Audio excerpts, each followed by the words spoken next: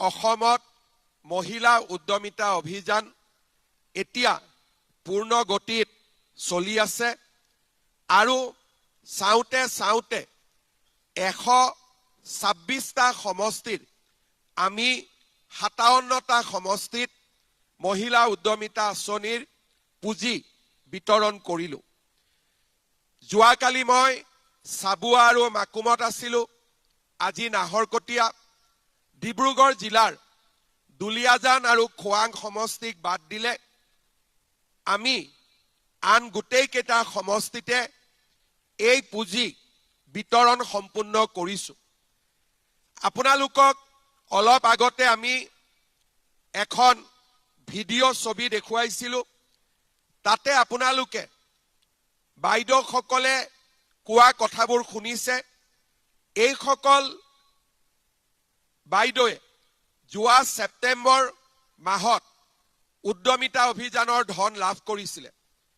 ছেপ্টেম্বৰত টকা আমি তেওঁলোকক দিছিলোঁ আৰু আমি তেওঁলোকক সুধিছিলোঁ যে এই পুঁজিৰ সৎব্যৱহাৰ হৈছে নে নাই হোৱা। আপোনালোকে দেখিছে যে যিসকলে এই পুঁজি লাভ কৰিছে তেওঁলোকে অত্যন্ত চিনচিয়াৰলি আৰু খুব আদৰেৰে সৈতে এই টকাৰ ব্যৱহাৰ কৰিছে আৰু কিবা নহয় কিবা এটা ব্যৱসায় তেওঁলোকে আৰম্ভ কৰিছে। এই মহিলা উদ্যমিতা অভিযান আমি আমাৰ অসমৰ আত্মসহায়ক গোটৰ লগত জড়িত আই মাতৃসকলৰ কাৰণে আৰম্ভ কৰিছিলোঁ। আমাৰ অসমত নগৰ আৰু গাঁও মিলি প্ৰায় 40 লাখ মহিলা সেলফ হেল্প গ্ৰুপত জড়িত হৈ আছে।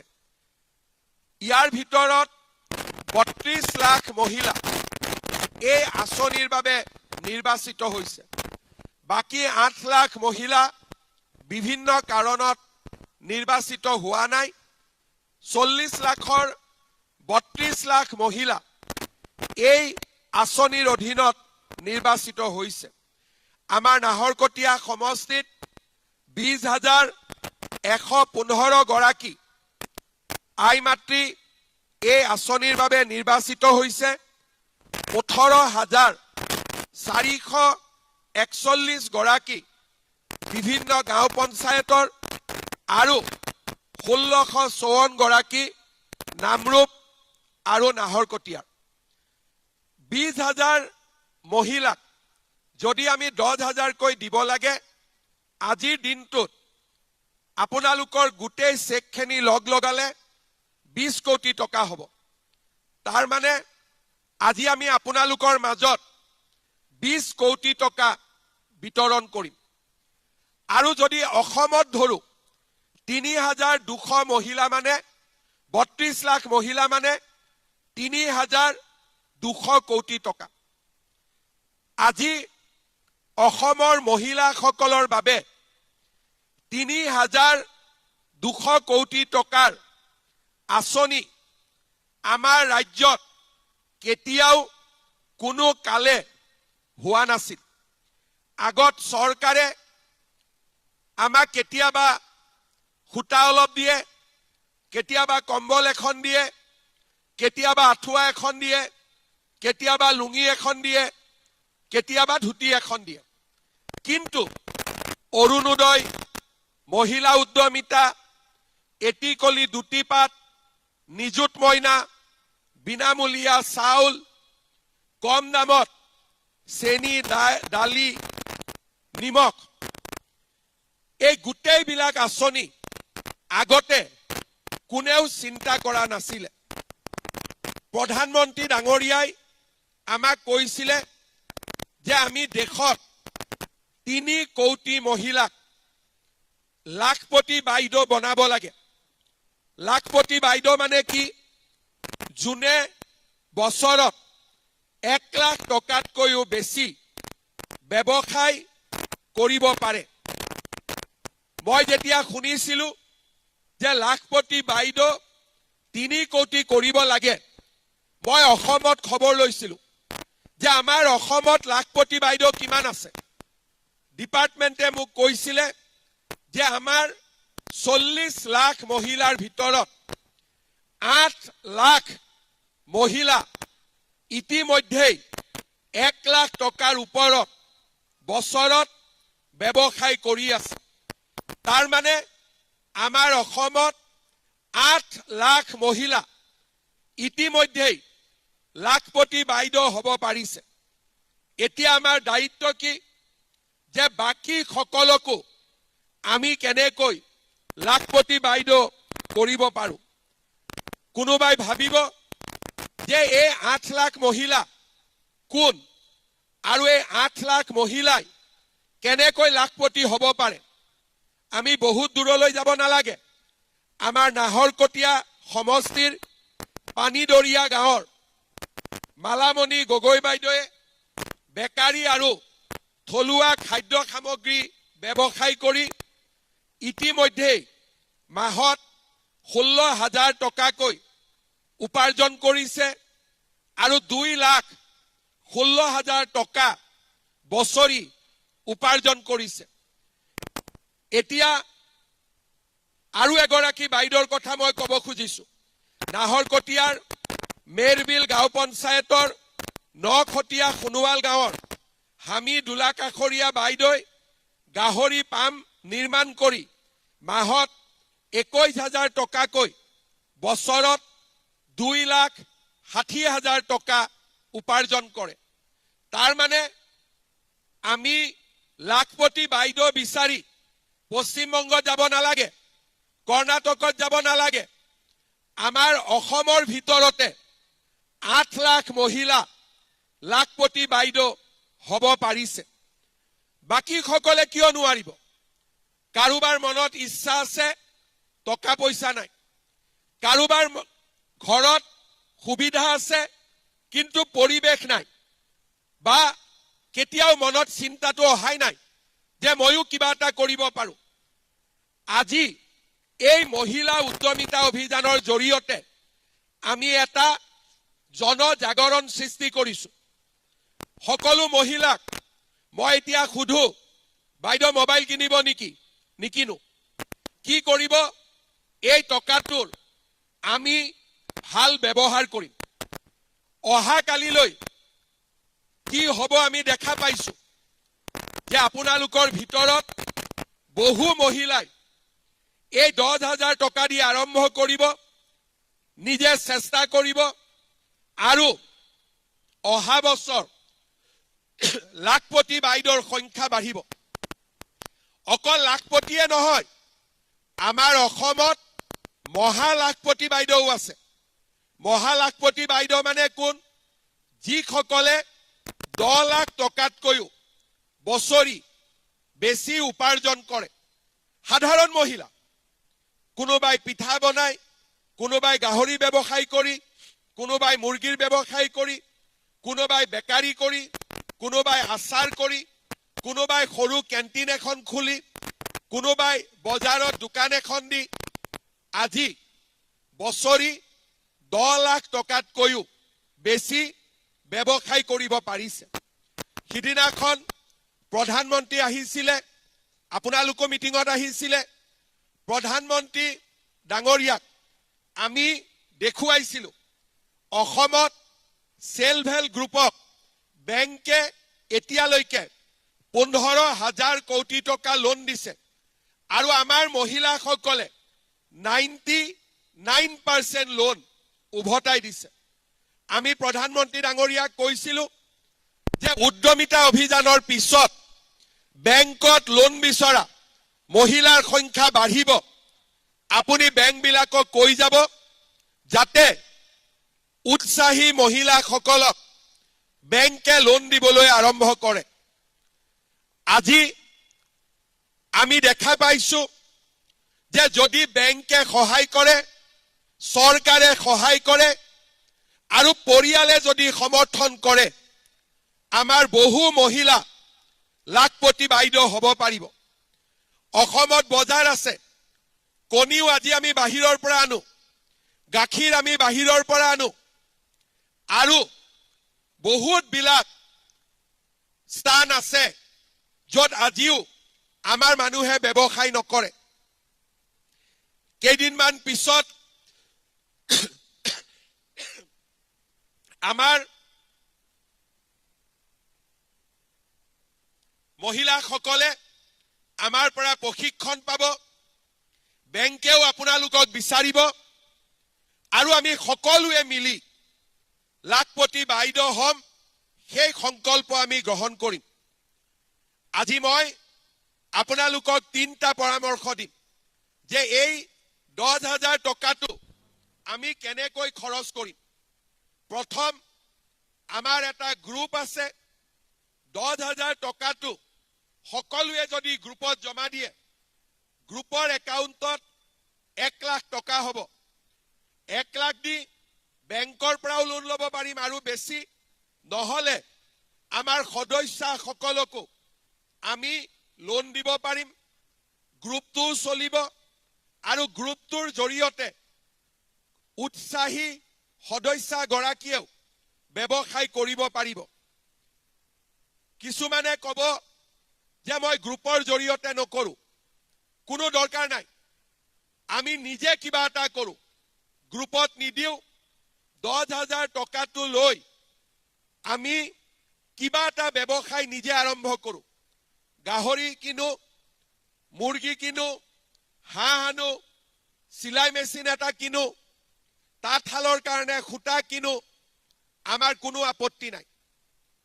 তৃতীয়, বোলে মই গ্ৰুপতো নিদিও আৰু নিজেও কিবা এটা কৰিবৰ কাৰণে মোৰ ভয় লাগে, তেতিয়াহ'লে আমাৰ হাজবেণ্ডৰ যি ব্যৱসায় আছে, খেতি আছে, দোকান আছে, কিবা আন ব্যৱসায় কৰে, 10,000 টকাটো আপোনালোকে তাতে দিয়ক।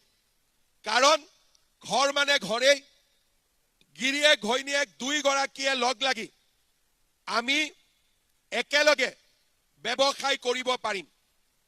ইয়াৰ পিছত 6 মাহ পিছত আমি আপোনালোকক সুধিব আহিম যে এই 10,000 টকাটো আপোনালোকে ক'ত খৰচ কৰিলে। বোলে আমি মোবাইল এটা কিনিলো, কোনে কোনে মোবাইল কিনিব? হাত ডাঙক, কোনে কোনে মোবাইল কিনিব? আচ্ছা, কোনে কোনে মোবাইল নিকিনে? হাত ডাঙক এইবাৰ। মোবাইল নিকিনে। বিহু আহিছে, এই পইচাটো দি একেলগে খানাও খাব পাৰো। কোনে কোনে খানা খাব? নাখায়। তাৰ পিছত বোলে নহয়, দোকানত ধাৰ আছিলে, ধাৰ কেইটাকে মাৰি দিলো, কোনে কোনে এইটো ৰাস্তা কৰিব? নকৰে। যিসকলে আমাক দেখুৱাব যে এই 10,000 টকা দি আমি এই ব্যৱসায়টো হাতত ললো, তেওঁলোকক আমি এনেকৈ আৰু এখন মিটিং পাতি একেলগে এইবাৰ 25,000 টকাকৈ আমি দিয়াৰ ব্যৱস্থা কৰিম। 10,000 প্ৰথম কিস্তি, দ্বিতীয়বাৰ পাব আপোনালোকে 25,000, আৰু 25,000 টকাও যদি ভাল কৰি ব্যৱহাৰ কৰে, তৃতীয় বছৰত আপোনালোকে 50,000 টকাকৈ চৰকাৰৰ পৰা লাভ কৰিব। 10,000, 25,000, 50,000 লাখপতি বাইদেউ আপোনালোক হ'বই লাগিব। অহাবাৰ যেতিয়া মই 25,000 টকা দিব আহিম, নাহৰকটীয়াত 20,000 মহিলা 20,000-এ 25,000 পাব লাগিব। পাৰিবনে নোৱাৰে আপোনালোকে? কোনে কোনে পাৰিব? হাত ডাঙক। বাইদেউহঁতে নোৱাৰিব? পাৰিব। সকলোৱে পাৰিব লাগিব। মোৰ কষ্ট হ'ব। আজি 3,200 কোটি টকা লাগিছে, অহাবাৰ 8,000 কোটি লাগিব, কিন্তু আমি যোগাৰ কৰিম, আৰু আপোনালোকক আমি 25,000 টকাকৈ দিয়াৰ ব্যৱস্থা কৰিম। আপোনালোকে এই 10,000 টকাৰ সৎ ব্যৱহাৰ কৰিব। এই 10,000 টকাটো আপোনালোকে বেলেগ কামত ব্যৱহাৰ নকৰিব। আজি ইয়াতে 20,000 মহিলা আছে। কোনে কোনে অৰুণোদয় পাইছে? হাত ডাঙক। চবেই পাইছে কোনে কোনে অৰুণোদয় পোৱা নাই হাত ডাঙক ঘৰত যদি এজনে পাইছে দুজনে নাপাব গতিকে ঘৰত এজনেও নোপোৱা কোন কোন আছে হাত ডাঙক দাঙি থাকক অলপ দেৰি মই হিচাপ কৰি আছো মই হিচাপ কৰিলেহে পাব বস্তুটো ঠিক আছে 1000 মহিলাই এতিয়াও অৰুণোদয় পাব বাকি আছে নহলে সকলোৰে ঘৰত অৰুণোদয় গৈ পাইছে অৰুণোদয় জৰিয়তে 1250 টকা আমি পাওঁ সেইটো কেনেকে খৰচ কৰিব লাগে মই নকওঁ সেইটো আপোনালোকে ঘৰৰ বাজেটত তাক খৰচ কৰক কিন্তু এই 10000 টকাটো আপোনালোকে উপাৰ্জনমূলক কামত খৰচ কৰিব আজি মহিলাসকলৰ কাৰণে আমাৰ চৰকাৰে ভাবিব নোৱাৰা সুবিধা আনি দিছে অৰুণোদয় 1250 টকা মোদী ডাঙৰীয়াই আমাক বিনামূলীয়াকৈ চাউল দিছে ঘৰত যদি 20 কেজিও চাউল আহিছে 800 টকা যোৱা দুমাহ আমি আপোনালোকক 117 টকাত 1 কেজি দালি 1 কেজি চেনি আৰু 1 কেজি নিমখ দিছো কোনে কোনে 117 টকাত চৰকাৰে কম দামত দিয়া দালি চেনি আৰু নিমখ কুনিছে হাত ডাঙক আচ্ছা এটা কথা কওকচোন দালি বিলাক ভাল নে বেয়া হসাই কওকচোন কোনবাই কয় বেয়া বুলি ভাল নে বেয়া ভাল চেনিটো ভাল নে বেয়া নিমখটো ভাল নে বেয়া আকৌ এইটো লাগিব নে নালাগে আপোনালোকক আগলৈকেও কাক কাক নালাগে হাত ডাঙক কাক কাক লাগিব হাত ডাঙক এতিয়া 1 জানুৱাৰীৰ পৰা আমি দালি চেনি আৰু নিমখ আপোনালোকক 100 টকাতে দি দিম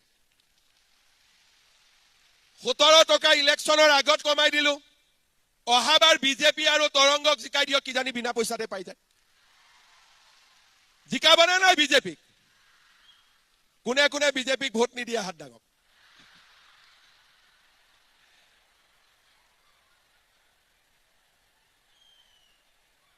এতিয়া কোনে কোনে বিজেপিক ভোট দিব হাত ডাঙক এতিয়া হাত যে দাঙিছে মনত থাকিব না নাথাকে পাক্কা থাকিবতো আচ্ছা আপোনালোকে ভোট দিব বাৰু মই মানিলো ঘৰৰ হাজবেণ্ডক মানাব পাৰিবনে নাই যে বিজেপিকে ভোট দিব লাগিব বুলি পাৰিবনে নাই এটা মোক ঘৰৰ সিক্ৰেট কথা কওক আপোনালোকৰ কথা মতে হাজবেণ্ড চলিব পাৰিবনে নোৱাৰে আপোনালোকে পাৰিব কোনে কোনে নোৱাৰে হাত ডাঙক বাপৰে সবে পাৰিব পাক্কা পাৰিব একদম মই চিন্তা কৰিব নালাগে বিজেপি জিকিবই এইফালৰ পৰা কওক বিজেপি জিকিবনে নিজিকে এইফালে কওক জিকিবনে নিজিকে পাক্কা এতিয়া আপোনালোকে বিজেপিক জিকাই দিলে আকৌ মই এতিয়া দালিটো বিনা পইচা দিব লাগিব চেনিটো দিব লাগিব মই আকৌ কথা কৈ এটা নিজে বিপদতে পৰিলো যি নহওক মোদী ডাঙৰীয়াই আমাক চাউল দিছে আমি 1 জানুৱাৰীৰ পৰা 100 টকা দালি দিম চেনি দিম নিমখ দিম ছোৱালীৰ পঢ়াৰ দায়িত্ব আমাৰ চৰকাৰে লৈছে বিনামূলীয়া এডমিশন নিযুত মইনা আঁচনি 1 জানুৱাৰীৰ পৰা লৰাবিলাকৰ পঢ়াৰ সুবিধা আমাৰ চৰকাৰে কৰি দিব তাৰ মানে আপোনালোকে চিন্তা কৰক আমি যেতিয়া সৰুতে ডাঙৰ হৈছিলো ঘৰত যেতিয়া কোনোবা মানুহ আহে পাকঘৰত বোলে চেনি নাই মায়ে বাটিটো লৈ ফটক কৰি ওচৰৰ মানুহ ঘৰত যায় হয় না নহয় সবেই যায় এতিয়া চৰকাৰে আপোনালোকক চেনি দিছে বেলেগত বিচাৰি যাব নালাগে চাউল খেনি দালি খেনিৰ কাৰণে কেতিয়াবা আমি কাৰোবাৰ ওচৰত হাত পাতিব লাগে এতিয়া হাত পাতিব নালাগে এডমিশনৰ কাৰণে টকা ধাৰ ল'বলগীয়া হৈছিল এতিয়া ধাৰ ল'ব নালাগে অৰুণোদয় অহাৰ পিছত গিৰিয়েকসকলে ঘৈণীয়েকক সুধি থাকে ঐ তোৰ অৰুণোদয়টো সোমালে নে নাই তাৰ মানে চাকৰি নকৰাকৈ ঘৰত বহি এতিয়া মহিলাই উপাৰ্জন কৰি আছে সন্মান বাঢ়িছে ঘৰত 8 তাৰিখৰ পৰা গিৰিয়েকবিলাকে ঘৈণীয়েকবিলাকক বেছিকৈ মৰম কৰে অৰুণোদয়টো সোমোৱাৰ আগত। অৰ্থাৎ আমাৰ চৰকাৰৰ দিনত মহিলাসকলৰ আজি সন্মান বাঢ়িছে। 1 জানুৱাৰী তাৰিখে অৰুণোদয় পোৱা মহিলাসকলক মই আৰু এটা ভাল উপহাৰ দিব গৈ আছো। 1 জানুৱাৰীত মই প্ৰেছত কম, আপোনালোক সকলোৱে শুনিব, আৰু এটা উপহাৰ দিম।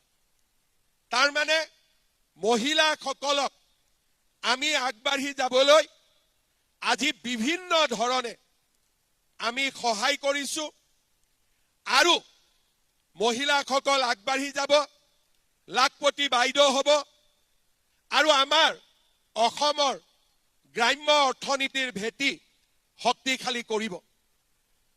আজিৰ সভাত মই আপোনালোকক আকৌ এবাৰ ধন্যবাদ দিছো যে যোৱা 21 তাৰিখে প্ৰধানমন্ত্ৰী নৰেন্দ্ৰ মোদী ডাঙৰীয়াক আপোনালোকে যি ধৰণে সন্মান যাচিলে, আৰু নামৰূপত প্ৰধানমন্ত্ৰী ডাঙৰীয়াই নতুন এমনিয়া ইউৰিয়া কাৰখানাৰ কাম আৰম্ভ কৰিলে, সমগ্ৰ অসমৰ বাবে ই গৌৰৱ, আৰু নাহৰকটীয়া নামৰূপৰ বাবে সঁচাকৈয়ে এটা গৌৰৱৰ দিন আছিলে। সিদিনাখন মিটিঙত কোন কোন আহিছিলে হাত দাঙকচোন। সকলোৱে আহিছিলে। ঘৰত সোনকালে গৈ পালে নে দেৰি হ'ল ঘৰ গৈ পাওঁতে? যি নহওক, আজি আপোনালোকে চিন্তা কৰক, আমাৰ নামৰূপত 12 লাখ মেট্ৰিক টন সাৰৰ উৎপাদন হ'ব। 2 এদিনতে নুমলীগড় ৰিফাইনেৰীয়েও নামৰূপত এটা ডাঙৰ উদ্যোগ প্ৰতিষ্ঠা কৰিব। এসময়ত সাৰ কাৰখানা বন্ধ হোৱাৰ পিছত, এক প্ৰকাৰ বন্ধ হোৱাৰ পিছত আমাৰ নামৰূপ নগৰখন মৰি গৈছিলে। এতিয়া আমাৰ প্ৰধানমন্ত্ৰী ডাঙৰীয়াৰ প্ৰচেষ্টাত আমাৰ নামৰূপ আৰু প্ৰাণৱন্ত আৰু জীৱন্ত হৈ উঠিব। আজি যোৱা 5টা বছৰত আমাৰ বিধায়ক তৰংগ গগৈ ডাঙৰীয়াৰ নেতৃত্বত নাহৰকটীয়া সমষ্টিৰ চুকে কোণে উন্নয়নৰ এটা নতুন পৰিৱেশ নিৰ্মাণ হৈছে। নাহৰকটীয়াত 30,900 এটা পৰিয়ালে আজি অৰুণোদয় আঁচনি পাইছে। 41,763খন ৰেচন কাৰ্ডৰ জৰিয়তে নাহৰকটীয়া সমষ্টিৰ ৰাইজে চাউল পাইছে, কম দামত দালি, নিমখ, চেনি পাইছে। মুখ্যমন্ত্ৰীৰ নিযুত মইনা আঁচনিত 2,331 গৰাকী ছোৱালীয়ে পঢ়িবৰ বাবে সুবিধা পাইছে। 15,177টা পৰিয়ালে এটিকলি দুটিপাত পাব। নাহৰকটীয়া সমষ্টিৰ বাগানবিলাকৰ শ্ৰমিকে মাটিৰ অধিকাৰ পাব। তাৰ লগতে আজি আমি নিজে দেখিছো, দিচাংকিনা বঙালীৰ পৰা কঁঠালগুৰিলৈ মৰাণ নাহৰকটীয়া পথ, ভাদৈ পাঁচচালিৰ পৰা টিপম হৈ জয়পুৰ খনচালৈ সুন্দৰ ৰাস্তা, চাচনি বেলবাৰীয়ালি টিকিৰা বালিঘাট সংযোগী RCC দলং, মাধৱপুৰ তিনিআলিৰ পৰা দিহিং পাটকাইলৈ ৰাস্তাৰ নিৰ্মাণ, মামৰালি ঘিলাগুৰি নেপালী বস্তি, পোৱালী পথাৰ পথ, টিংখাং শ্ৰীপুৰীয়া পথ, বৰুৱানগৰৰ পৰা মামৰালৈ দলং নিৰ্মাণ, আৰু জয়পুৰ চাৰিআলিৰ পৰা দিল্লীঘাট পথলৈ ৰাস্তাৰ নিৰ্মাণ। নাহৰকটীয়াত আগতেও বহুত MLA আছিল, কিন্তু তৰংগ গগৈ বিধায়ক হোৱাৰ পিছত আজি নাহৰকটীয়াত যি ধৰণে উন্নয়নমূলক কাম হৈছে, দুখীয়া আৰু মধ্যবিত্ত ৰাইজে সহায় পাইছে। চাওঁতে চাওঁতে খুব কম দিনৰ ভিতৰতে নাহৰকটীয়া অসমৰ ভিতৰতে এটা উন্নত সমষ্টিলৈ ৰূপান্তৰ হ'ব। আজি যোনে আমাক আগুৱাই লৈ গৈছে, যোনে নাহৰকটীয়া নামৰূপক এটা নতুন জীৱন দিছে, আৰু সকলোকে মিলা প্ৰীতিৰে ৰাখি সমাজখনক আগুৱাই লৈ গৈছে। আমি তেনে ব্যক্তিক যদি সদায় মৰম কৰো, সমষ্টিটো নিশ্চিতভাৱে আগবাঢ়ি যাব। আজি যোৱা 5 বছৰত অসমৰ যিকেইটা সমষ্টি বহুত বেছি আগুৱাই গ'ল, তাৰ ভিতৰত নাহৰকটীয়াৰ নামো আমি ল'ব লাগিব। সেইবাবে মই আশা কৰিম অহাবাৰ যেতিয়া মই ইয়াত আহিম, নাহৰকটীয়াত যাতে 25,000 টকা পোৱা মহিলাৰ সংখ্যা আটাইতকৈ বেছি হ'ব পাৰে। পাৰিবনে নোৱাৰিব আপোনালোকে? অলপ ডাঙৰ কৰি ক'ব লাগিব। পাৰিবনে নোৱাৰে আপোনালোকে? 20,000তকৈ সংখ্যা কমিব নেকি? নকমেটো যে লাহেকৈ কৈছে। পিছত আকৌ আপোনালোকে 10,000 টকাটো ভাল কৰি খৰচ নকৰিব, 25,000টো নাপাব, আকৌ মোক বেয়া পাই থাকিব CM নিদিলে বুলি। হয় নহয়? সেইকাৰণে আজি আমি ক'ব লাগিব যে আমি পৰীক্ষাত পাছ কৰিম আৰু 25,000 টকাটো আমি ল'মেই। এতিয়া আকৌ পাৰিবনে নোৱাৰে? বাইদেউসকলে পাৰিবনে নোৱাৰে? বাইদেউসকলে পাৰিবনে নোৱাৰে? বঢ়িয়া। এতিয়া সময় 1টা বাজিছে, ভোকো লাগিছে, গতিকে মই বেছি নকওঁ। এটা কথা কম যে 20,000 মহিলাই লাইন পাতি যদি চেক লয়, ৰাতি 6টা বাজি যাব। গোটৰ সভাপতি কোন কোন আহিছে হাত দাঙক। গোটবিলাকৰ সভানেত্ৰীবিলাক। ঠিক আছে। আমি ইয়াতে যিখিনি ভিঅ বাইদেউ আছে, কিমানটা ভিঅ আছে কুন্তল? ইয়াতে 100 কিমান আছে? 140টা আমাৰ ইয়াত ভিঅ আছে। ভিঅ বাইদেউসকলক আমি চেকখিনি দি দিম। গোটৰ সভাপতিসকলে উঠি যাব, উঠি গৈ চেকখিনি লৈ আহিব আৰু গোটৰ সদস্যসকলক ইয়াতে বিতৰণ কৰি দিব। তেতিয়া লগে লগে হৈ যাব, বেছি দেৰি নালাগে। চেকখন লৈ ভাতটো খাব, খাই পেলাই ঘৰলৈকে গুচি যাব। তৰংগ, ভাত কিহেদি বনাইছ? 20,000 মানুহৰ কাৰণে ভাত কিহেদি বনাইছ? আৰু সি কৈ আছে বোলে মই বোলো দালি ভাত খুৱাইছে নেকি? সি কৈছে নহয়, ভাতো আছে বোলে, মাংসও আছে বোলে, মাছো আছে বোলে। তাৰমানে আগতীয়াকৈ উৰুকা আজিয়ে হৈ যাব। হয় নহয়? যি নহওক সকলোৱে আশীৰ্বাদ কৰিব, এনেকৈ যাতে আমি হাঁহি ধেমালি কৰি অসমখনক আগুৱাই লৈ যাব পাৰো। আৰু লগত মনত ৰাখিব, তৰংগক চবে ভোট দিব লাগিব। মনত আছেনে নাই এইটো কথা? তেতিয়াহ'লে তৰংগৰ কাৰণে ডাঙৰ কৰি এটা হাত চাপৰি বজাওক, আৰু অলপ ডাঙৰ কৰি বজাওক।